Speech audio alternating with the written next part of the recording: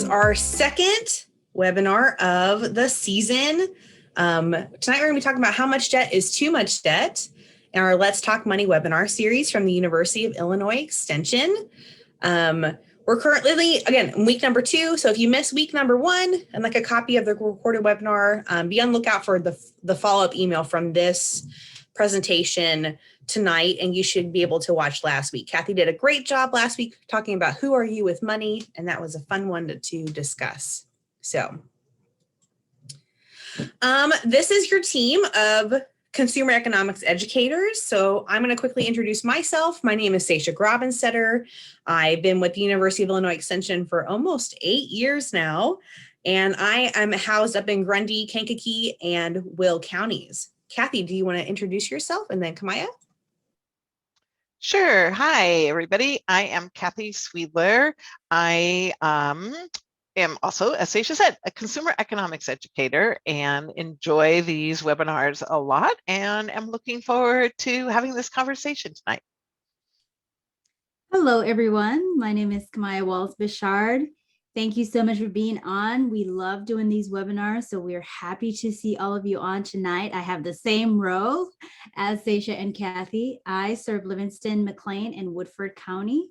I hope you all enjoy our webinar and ask lots of great questions. So we're looking forward to hearing from you as well, too. Thank you, Kathy and Kamaya. So next up, we just want to remind people that we are, in conjunction to this webinar series, we're actually doing a Money Mentors training. So those of you who may be joining us for the first time, this series is a part of our Money Mentor volunteer program. And so if you would like to help others in personal finance matters, if you live in one of these counties that's on the right-hand side of your screen, and are interested, please let us know. You can always Kamaya to just put in the chat the registration link, or if you have questions, you can definitely ask Kathy or Kamaya while we're on tonight. We love having our mentors on. So if you're wondering who those people with those MMs in front of their names, those are our money mentors who are going through training, and hopefully they'll say good things about us. Again, yeah, Kathy says, Money Mentors is a free confidential mentoring that we give to our local communities. So obviously right now with COVID, we are doing everything online. So our mentors are meeting with people online, over the phone, and through, FaceTime or text messaging, whatever works best for them. So we're looking forward to having a new little bunch of money mentors. So, okay, get started. So just to put in chat, just because we want you to find the chat, it's important to us. This is a perfect time to find it, but we'd love to know what city you're logging in from today. And in the meantime, Kathy, if you wouldn't mind launching the first poll, we'd also like to know some demographic information about you. So if you don't mind just voting real quick. Great, thank you all. And if you can't put it in the poll because of whatever device you're on, please just put it in the chat. We'd love that. We got people from California, Jealous, Kankakee, Rock City, Willowbrook, Bolingbrook, Champaign, Watseka, Plano, lots of Illinois tonight. So maybe you're feeling my pain with the snow. Lake Geneva, Aroma Park, Chicago. You enjoy that, you guys coming in. It is cold. It is very cold. So we'll give you guys just another few seconds to finish up that poll. We do appreciate it. It does help us with our federal funding. We are federally funded from Batavia, good places. Okay, and poll is closed. Thank you all so much. If you didn't get a chance to, you can always put it in the chat just so we can collect that data, but we'll keep going tonight.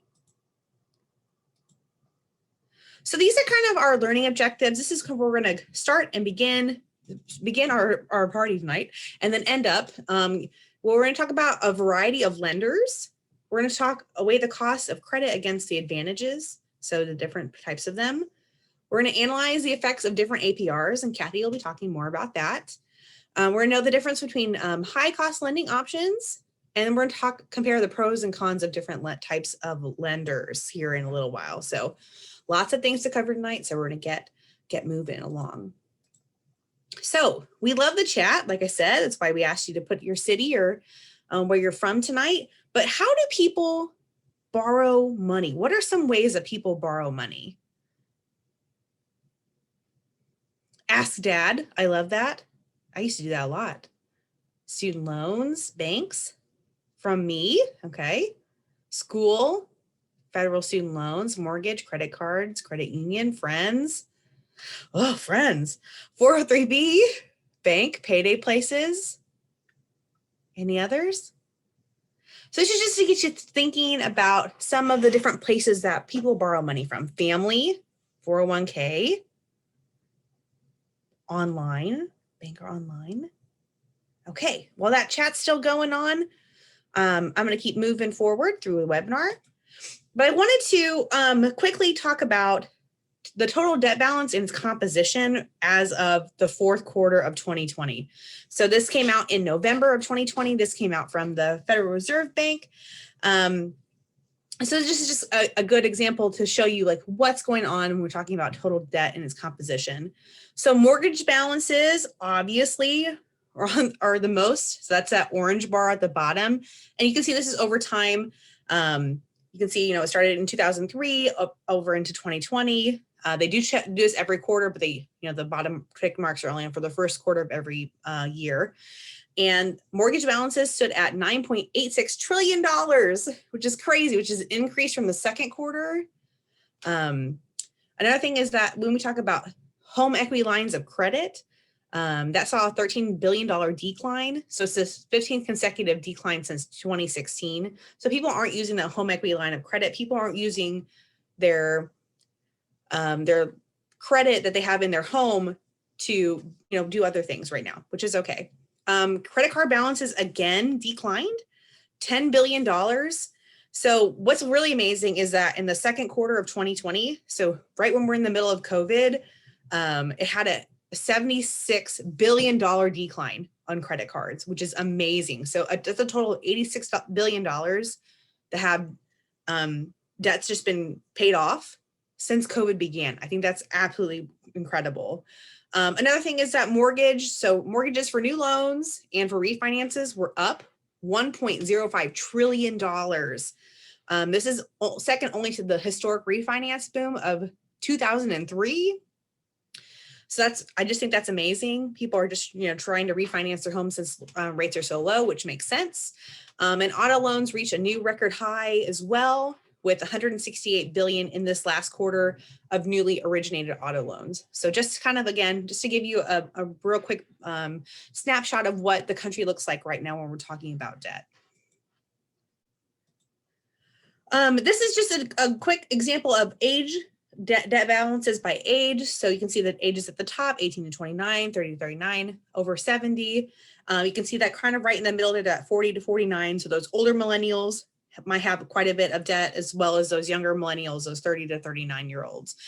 We don't see really a lot of debt with Gen Z yet, but it's still, working its way up. And then we have some of our older folks as well. And then, of course, this is just a good example of debt share by product type and age. So it's looking at the types of debt that's being out there for individuals, as well as what age they are. So as you can see, student loans is really high for those younger individuals, not so much for the older individuals, whereas the mortgage debt is much more higher for others. So it's just a good quick example just to show you a few things that we wanted to share with you about, what does debt look like right now in the United States? So some really interesting information. They do update it every quarter. It is pretty cool to see. So we usually use the chat feature, but tonight we're gonna use polls for the first time. This is not the first time, but it's gonna be a lot of them right in a row. And so we're gonna ask some questions. And so these are the answers that you can pick for your questions. I just wanna make that clear. So we're gonna get those polls going in just a quick minute, but your answers to my questions are yes, no, or only if. And if you pick only if you'd like to share in the chat why you're picking that reason, that's fine. Just know there's no real right or wrong answer here. We're just gonna ask you some questions about what you would or wouldn't do with credit. So Kathy, if you wouldn't mind starting the polls for that piece. Great. So there's a few ones. So I'm gonna start with the first one. The first question is, would you borrow money to buy a new refrigerator if yours broke? So that one's a good one. And if you put only if, just let me know in the chat. It's like I don't see anybody answering yet. Oh, good. Okay, thank you. The second question is, would you get a mortgage to buy a house? So that one's pretty good. Only ifs are coming in. So he says no. Not sure which one. I'm thinking the first one. Would you borrow money to buy a refrigerator if yours broke? The third one is, would you borrow money from a relative or friend for a cruise? This is obviously post-COVID. So just some things to think about. Yep, there's 5 questions. There's a fourth question, which is, would you use a store credit card to buy back to school clothes? And the last one is, would you pawn your TV to pay your rent? So I know there's a lot of questions in there. There's 5 questions. We got about half of the people who've already voted. We appreciate your patience with us as we do this for the first time. There's so many. I'm guessing for Marcia, if the promotions were good about the credit card, you use it, but you may end it automatically. Another person says, I've only could pay it when it comes due. Number 4, only paying the card off that month. Great to know. Cashback points. These are some interesting, I love these polls. I love hearing about them. Another person says they would only get a mortgage if the rates were sufficiently low, which they are right now. Give you guys just about 30 more seconds to answer. Most of you have voted. I love these questions. Again, there are no right or wrong answers. It just really depends. So, okay, Kathy, I'm gonna give about 15 more seconds. Someone says credit cards are an accident waiting to happen. Well, we'll talk about that. Yep, and this other person says only if she could get a new refrigerator, she could get 0% loan on it. So those are great. So Kathy, if you don't mind turning the polls off, great. Sharing those results so you can see. So the first one we talked about, borrow money to borrow a new refrigerator. Most of you said no, which I'm a little surprised about. But if yours broke, you know, maybe you'd have the cash on hand, or maybe you might have one in the wings like we do at my house right now. The second one is, would you get a mortgage to buy a house? Most of you said yes, 86% of you, so that's pretty good. I think a lot of people would. It just depends on the, your preferences, of course. Whoa, borrow, number 3, would you borrow money from a friend or a relative for a cruise? And everyone said no. That is amazing. I think it's the first time it's ever happened. We always have like one person who usually says yes, but I might borrow money if maybe we're all going on the cruise together, but that's maybe my only if. Yeah, even if it was a great cruise, well, maybe not. I don't know. Do I want to be stuck in the room with them? I have no idea. And number 4 is use a store credit card to buy back to school clothes. And most of you said no. And the people who did say only if, it was in the chat, was if it was 0% financing or if you could pay it off later, of course. So someone says, I like to keep 3 months of emergency refrigerators on hand. It's funny. And then lastly, would you pawn your TV to pay your rent? And this one's a little split, but most of the people said no. And one person said desperate times call for desperate measures. I think definitely if you had to, that would be an option. So thank you, everybody. I really appreciate your time doing the polls. We love learning about them and seeing more about them. So kind of a fun activity. Normally when we teach that in person, it's a little more fun, but we love to be able to do that. So in the chat, I wouldn't mind if you would love to keep, this conversation going. How do you decide when it's worth it to use credit? I think this is a hard question to answer. So, for me, I'm an avid credit user. Some of us aren't. Most of the time, actually, we spend. I don't use my debit card hardly at all. So, how do you decide when it's worth it to use credit? Again, find that chat button only when there's no other option. Okay. I'm a person who likes, looking at reward points, being able to pay it off at the month as another person. I don't like carrying a lot of cash. It's safer now with COVID and then fumbling around with cash. That's true.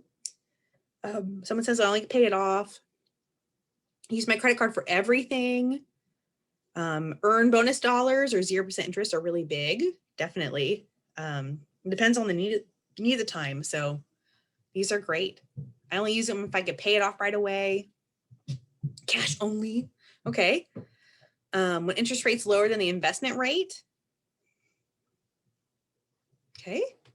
Use for most things if I can pay it off each month. Yes. If the money isn't there, I don't buy it. That's great. So these are great things. Again, keep putting it in the chat. We really do appreciate, you putting that info in there. Plus everyone has, a different opinion about it. Credit and debt are very different. So I'm going to turn this over to Kathy, and she's going to talk a little bit about the annual percentage rate.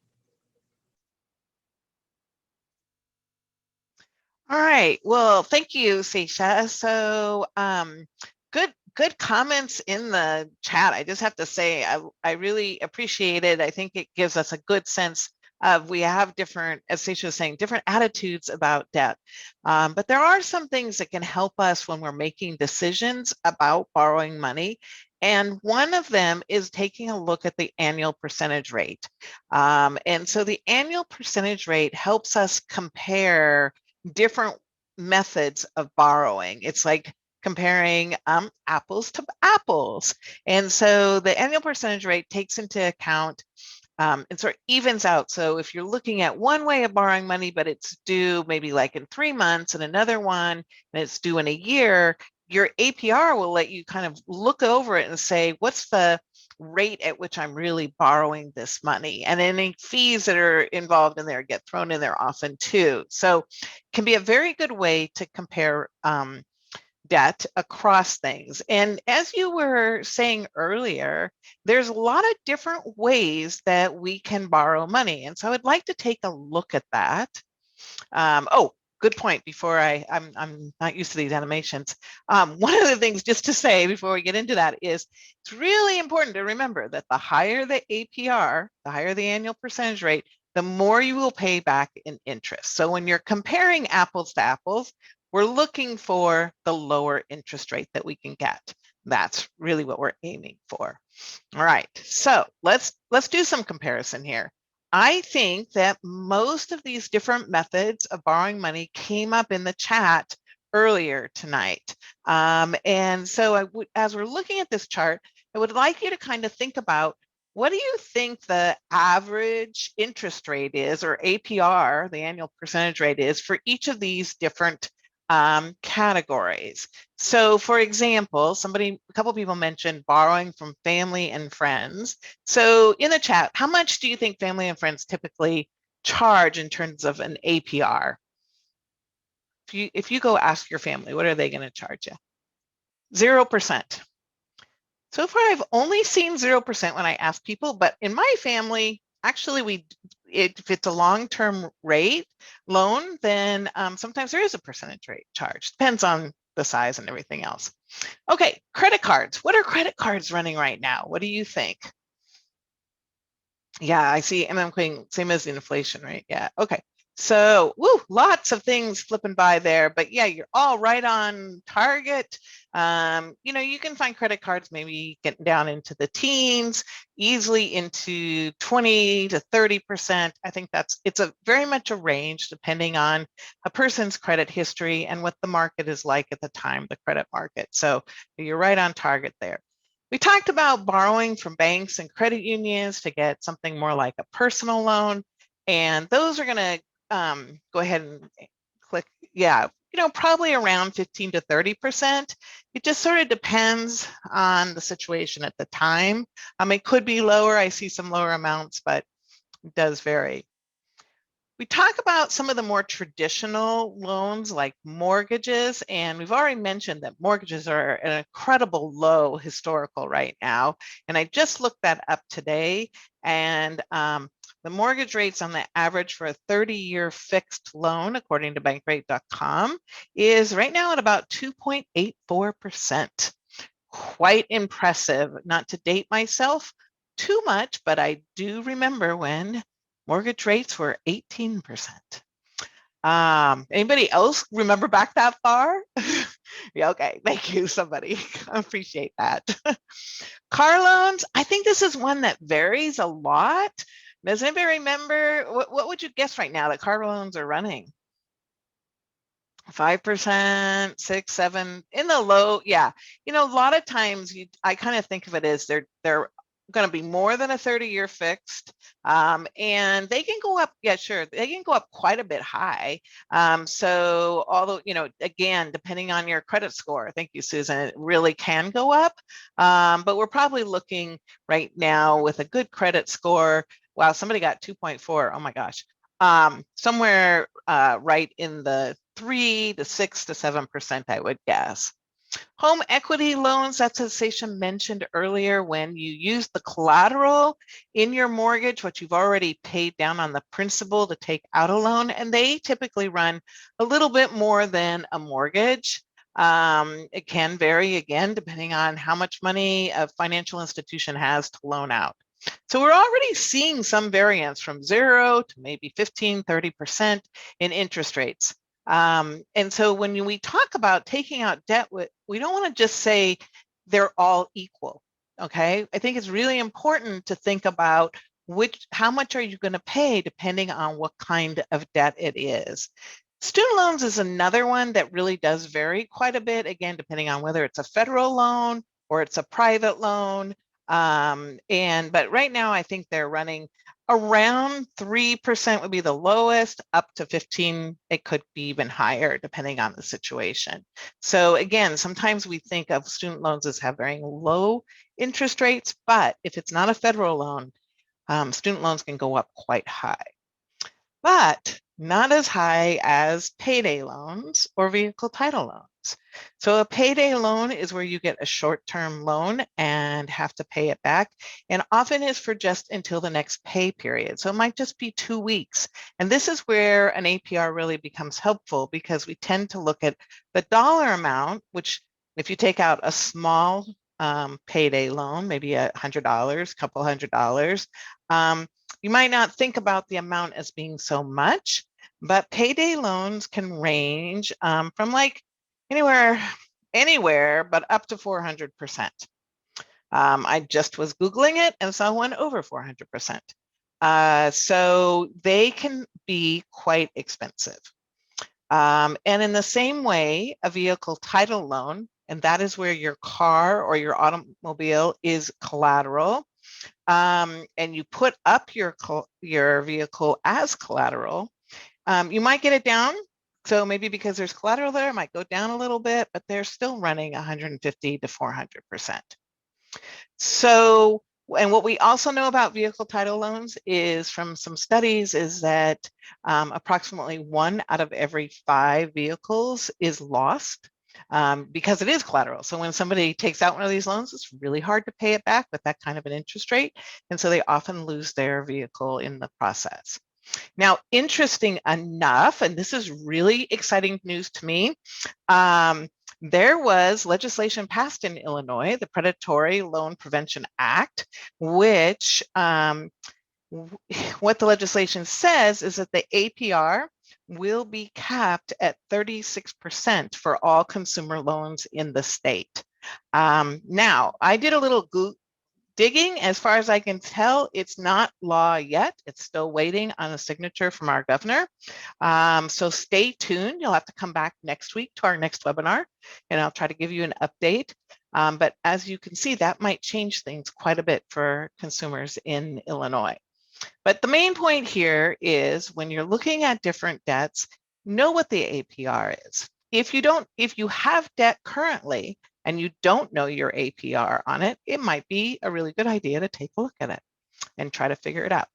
So so I think I'm going to turn this back to you, Sasha, unless you had anything else you wanted to bring up about this. The only thing I just want to say is that, it's crazy to think about these interest rates on these payday loans and these vehicle title loans. And sometimes people just get stuck in a trap and they continue to reopen them and keep getting in the cycle. So it can be really scary sometimes. So. And a lot of times we make decisions about these under emotional stress. And what we know in all kinds of decision making is that when we're stressed out and we're emotionally upset, we don't make the best decisions. And so it may be something that somebody does, you know, in a bad situation and for good reasons, but at the same time, it can add to their stress. But there are many people I know who have had to make choices about critical things like medical bills versus taking out a loan. And so it really does put people in a bind. Yes, for sure. Thank you, Kathy. I Sure appreciate thing. your time. Yeah. So next up, we're going to talk a little bit about, we're going to learn about Sam and his family. So this is just a quick picture of Sam and his youngest son. Isn't this a really cute photo? We just think they're so cute. But we have recently learned that Sam has been living paycheck to paycheck for most of his life. And unfortunately, recently his wife died. She passed away. And Sam was left to raise their 3 sons, so ages 3, 5, and 8 in their family home. But Sam kind of just recently realized that his wife's paycheck paid for the children's clothing, weekly groceries, and a lot of the daycare expenses. So without her paycheck, it's really hard for him to pay all the bills. And if you're in Illinois, like me, he just noticed that Sam he needs 4 new tires for his car because the tread's very bad. And trust me, the snow up here is ridiculous. And he needs that car to get to work and take to help with the children's babysitter. And he doesn't have any money saved for the tires. And he thinks he might get a tax refund when it's time to do the income taxes. So we're getting close to that time. But for now, he really needs to borrow the money. And recently the bank turned him down for a loan. The loan officer said that he already had too much debt. So we're going to talk about probably 1 or 2 alternatives in the chat, if you guys don't mind. What are some good and bad about them? So I'll pick the 2, and then Money Mentors, you'll talk about the rest later with us. But we're going to talk about 2 of them and see, you know, if it's a good option for him or a bad option for him. So let's talk about that tax refund anticipation loan and pawning his wife's jewelry. So again, there's no right or wrong answers for Sam here. But the discussion, we just want to talk about like the pros and cons. So let's talk about the tax refund anticipation loan in the chat, if you guys don't mind. There's some things about hopefully he had some life insurance for his wife. And, you know, right now we don't really know that for Sam. Says he could buy used. It takes time, but it could be done, definitely. What are some pros about the tax refund anticipation loan, and what are some cons about it? You can either put one or the either. You know, one of the things I think is a good, because it's his own money, right? We talk about, yeah, it depends on the cost. How do refund loans work? That's a great question, Susan. So I'm hopefully Kathy and Kamaya can jump in on this, because right now I feel like I have pregnancy brain and I'm not sure, but definitely, you know, it's just a loan that you get advanced early instead of, so like, okay, back up a truck. You go to do your taxes, you see that you have a refund coming, so they can give you the money like that day or the next day instead of waiting the week or 2 to get the money. So, but there is a fee for that. So some people say that the APR might be high. If you don't get a refund, it could put you in trouble. There is a cost. Someone says the actual tax refund amount could be less. He could definitely use a stimulus check. I'm not sure about like what's coming through, but you know, that could definitely help him out there for sure. So some good things. Let's talk to a mechanic, see if you can make payments. That's a great idea, Matt. These are also great ideas. What about when we talk about pawning his wife's jewelry? Now remember, he has 3 sons. So there may not be that emotional connection, you know, for the boys, but what do you guys think? You know, is that a good thing or a bad thing? You know, someone said yes, that he should pawn his wife's jewelry. That's what I'm assuming. Maybe set 3 pieces back for each son. That's kind of nice. Definitely don't make rash decisions is another. Yeah, that's a definitely emotional one. Another person says maybe sell it if absolutely necessary. Memories are long-term are important. You could pawn most of it if she had some expensive pieces. They may not get money if it's really needed. So these are some, you know, great ideas. Again, I know there's lots of you, so just you might be checking it out for the first time and thinking about like what are some ideas. Someone says they might get less than what they paid for. They also, oh, that's another great idea, is get help from a local church for the tires, because tires can be really expensive. We're talking about 4 of them need to be replaced. So definitely other social services. These are great ideas. That was my other question. What are some other ideas for Sam? So I really appreciate you guys putting information in the chat. Help from Family is another one. Look into AAA rebates. GoFundMe, it's another one. There are cheap tires places in Chicago, definitely. And like you said, Sam's just having a hard time. He just lost his wife and he's looking at those new tires. So I don't know much about used tires. So if you do, put it in the chat, because I'm not really sure how that really works.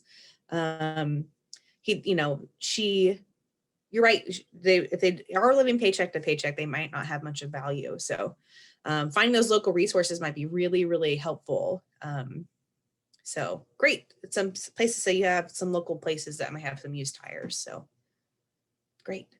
Oh, could he replace 2 now and 2 later? That's another great idea. Junkyard tires. Hopefully those have good treads better. Used tires work well. These are all great ideas, guys. We really appreciate it. So again, keep going in the chat if you want to. Think about Sam, think kind of about his situation.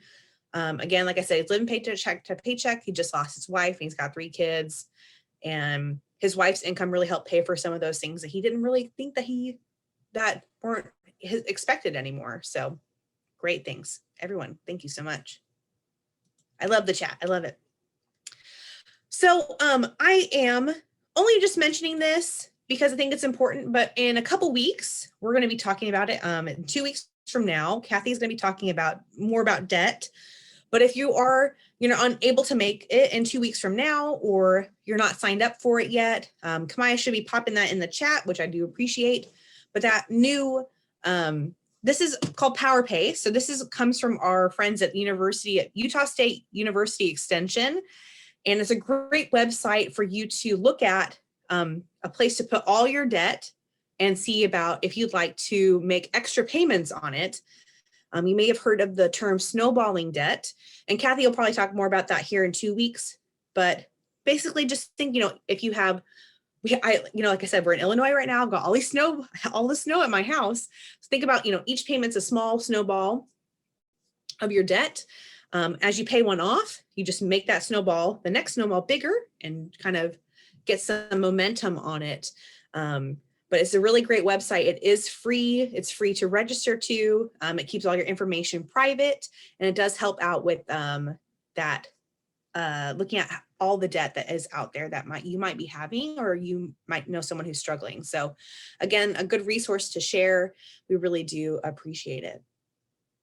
Yep, it's a great calculator. Thank you, Kathy. It's awesome. It's awesome. It's a great thing. So one of the things that we wanted to talk about when we're talking about debt, and we're talking about, how much debt can I even take on, is the debt to income ratio. So this is a calculated piece. So you might have to get a calculator out for this, but to calculate your debt to income ratio, you add up all your monthly debt payments and divide it by your gross monthly income.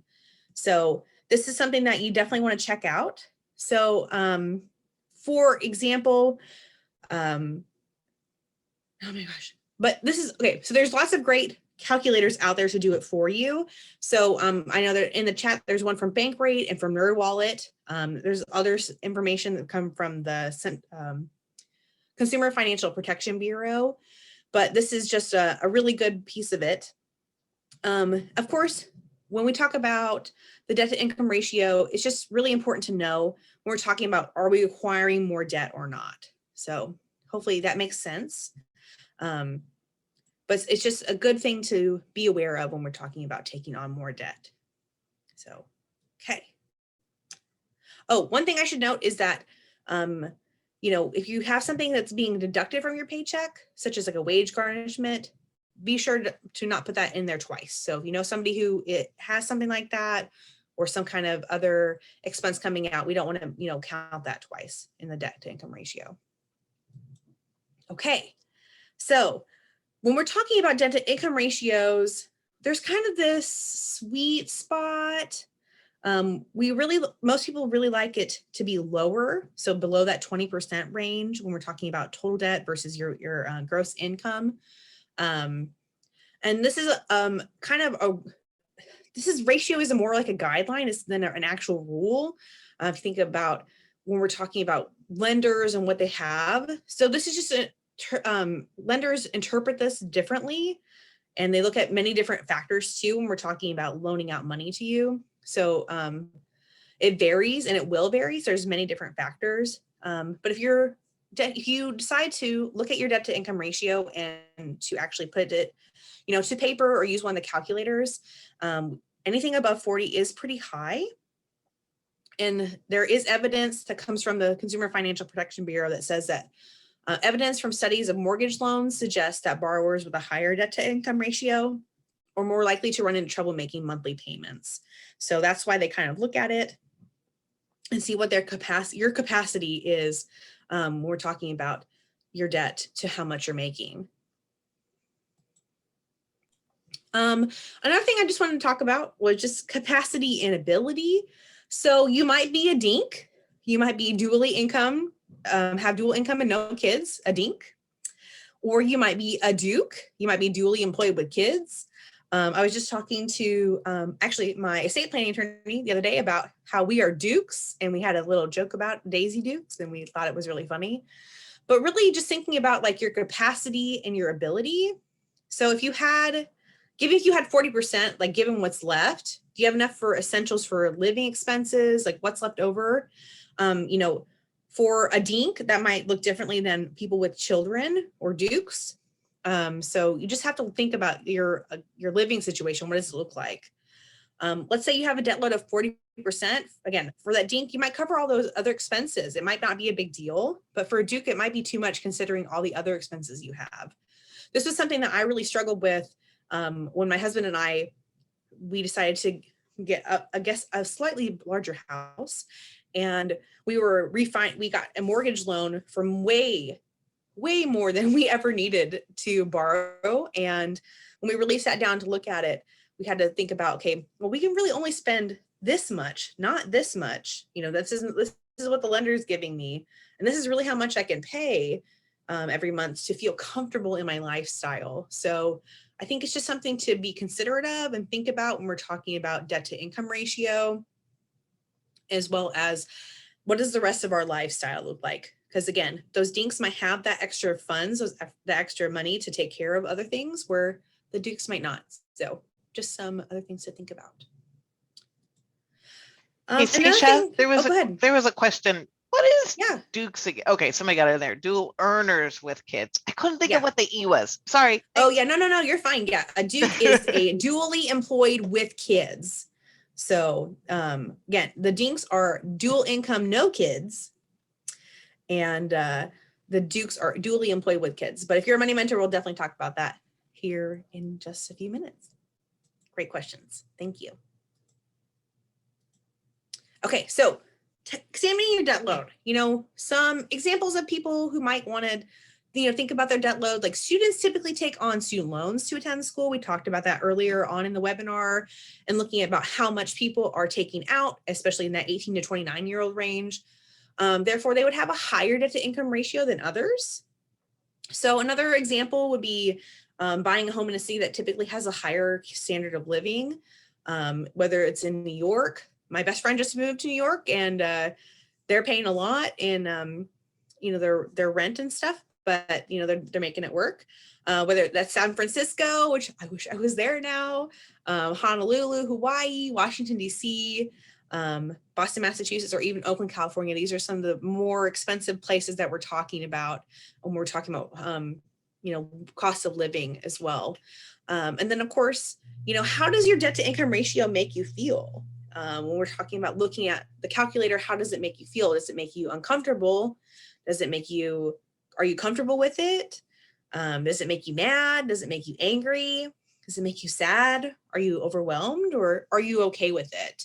And once you look at it, are you willing to make changes to your debt load, or are you able to? Those are some good things to be thinking about when we're talking about the debt load. And how does it make you feel? For some people, they can be really uncomfortable with how much debt that they're saddled with. I know that when I had a lot of student loan debt, I was very very uncomfortable every month, having to pay that and feeling like I was very overwhelmed. And for other people, they're okay with it because they made peace with it. And that's just, everyone's different, and that's okay. So, but it's just something to be thinking of when we're talking about like taking on more debt, especially when we're talking about new credit cards or new auto loans, whether it's refinancing your house, whatever you choose or decide. So some great things to kind of think about towards the end of our webinar here. So we're getting very close to the end. If you want to know more about consumer economics, we would love for you to check out our website. That's that link at the bottom, the extension at illinois.edu global/consumer-economics. So we have lots of great resources and websites and other great things that we do throughout the year. We'd love for you to come visit us over there. Before you pop off, I've got 2 more things, I promise. If you are interested, we have lots and lots of great podcasts on any listening device that you wish. So whether you are an Apple user or an Android user, or even if you use lots of Google devices, you can find our podcast called Family Financial Feuds. A couple years ago, Kamaya and I did a really great podcast on like, should you share or not share your credit report? Most recently, we did a podcast about mindfulness and money. We talked about financial abuse. We've talked about all sorts of things on the gamut. So if that's something that interests you, we really would appreciate your time. And then lastly, we love feedback. We want to know what you got out of tonight, what you thought worked, what you thought didn't. So whether you use that QR code, you can take your phone and use that QR code to open it, or you can do it, check it out in the chat. We would love to hear from you. So as we kind of wrap up tonight, we also want to know if you could give us some of your demographic information. Again, we are federally funded and state funded. So we just want to know what gender you identify with and some of the races that are available out there. So there's 3 questions. So you might have to scroll down a little bit to find which ones you're looking for, but we hope you've learned something new. If you have questions, feel free to put them in the chat. I'm going to be here on for a little bit. And then hopefully Kathy, Kamaya, or Emily, one of you is putting people into rooms for those money mentors, and we'll have some questions and talk with them in here in a minute. Yep. How do I feel about debt consolidation? Well, let me ask you a question right back. Is it debt consolidation for credit cards, or are we talking about student loans?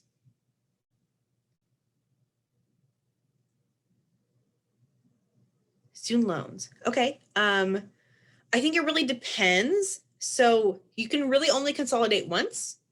So it's just one thing I think you should know about. We do have a really great webinar coming up. It's not till April, but we do have it in our, we do lots of webinar series here at the University of Illinois Extension. And I can put that in the chat for you just if you want to check it out. But student loan consolidation, it really depends on what your APRs are, like Kathy talked about, what those look like, as well as, how much are the loans, who are they with, those kind of things. But yeah, Kathy will talk some more about debt repayment in 2 weeks. So, but I'm also going to throw in the chat our other webinar series that we do. It's called Get Savvy, Grow Your Green Stuff. And that should be able to, if you want to sign up for it, feel free. So we do have them recorded from last year. So we do have one from last year. It's recorded. So yeah, until then, yeah, be careful. Definitely. Kathy says, be careful with considering consolidating federal loans with other loans. Yes, that's a good point to make. Another person asks, how about credit cards? So I think it depends. Okay, again, I think it depends on like how much credit card debt we're talking about. I think that you can always, there are a lot of debt consolidation places. There are a lot of great information about repayment. But I think you should start with PowerPay and see where you're looking at, see where you're headed, and then make some decisions from there. Sorry, my brain is like in 10 different places. So Yeah, I think when we're talking about consolidating, and we're going to spend a fair amount of time on that at the next, not next week, but the week after that. So, it's hard for us to give those like short answers when we know it's going to take a whole hour to present on this. But the things that you start to weigh is like, if you're consolidating, what are the fees? What are you going to be, are you going to be taking longer to pay it? So what's the total interest that you're going to pay? Um, you know, will you, if you're consolidating credit cards, then add to your credit card debt because you have more room? There's a lot of different variables to consider. And I think, starting by getting all your information together and putting it into PowerPay, that's what I'm going to tell you to do in 2 weeks anyway. So, those are the places to start. But I think we're going to hold off on giving direct information right now because it really does take us a while to talk through all these variables.